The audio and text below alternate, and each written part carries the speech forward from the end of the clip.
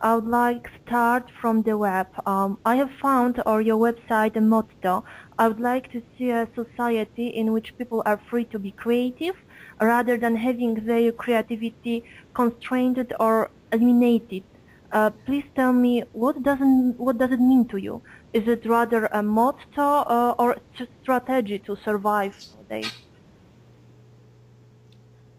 Um, yeah, I guess it's my mantra, my view of life that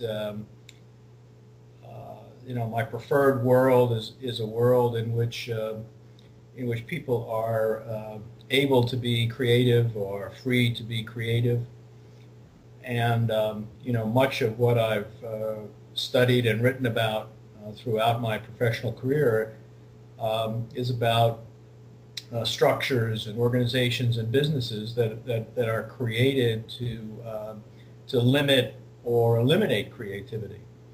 So it's one of the things that most offends me about McDonald's and cathedrals of consumption and all of the kinds of things that I've been interested in.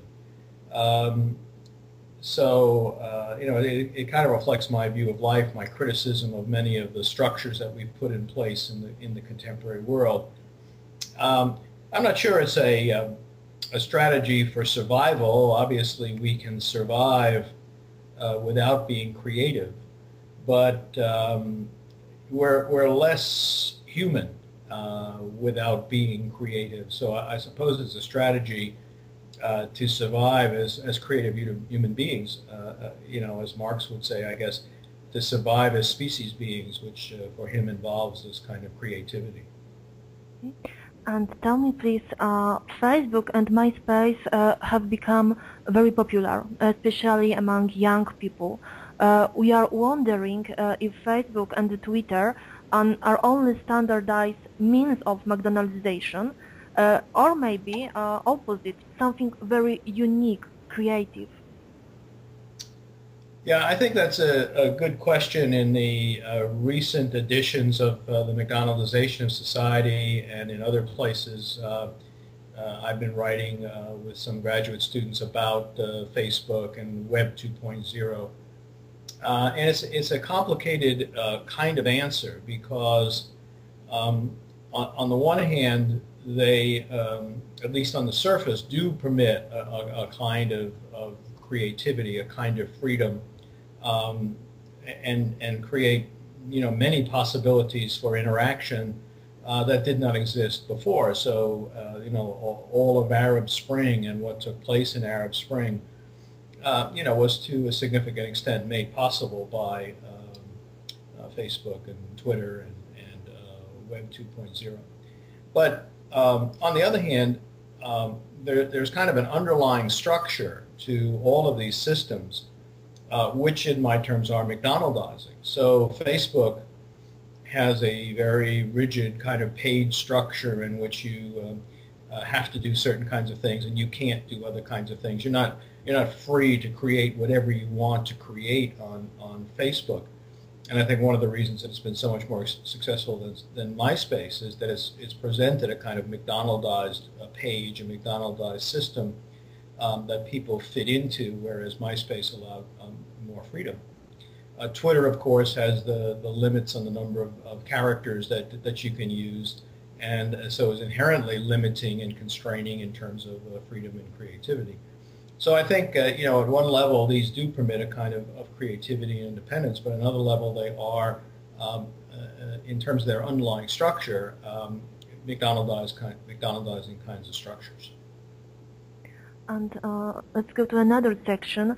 I would like to know how the model of the Macdonaldization of society correspond with the third wave society by Alvin Toffler and his description of post-industrial society.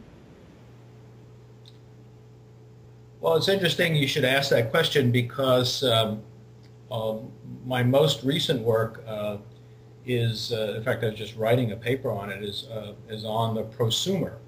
And it's a concept that Toffler first developed in the third wave in 1980. And one of my criticisms of that concept, the way Toffler uses it, is that to Toffler, this is a very enabling and freeing kind of concept that people will be enabled to do many more things. They will be freed up in various ways by being prosumers. Prosumers, if you're not familiar with the concept, are those who are both producers and consumers. And in recent papers, what I've argued is that we've always been prosumers. If you go back to the Middle Ages and people had farms, they were producing what they consumed, and so we've always been prosumers. But that is now much clearer in the age of the Internet and Web 2.0, where obviously in Facebook, for example, we produce what we consume. We are prosumers on Facebook and all other aspects of Web 2.0.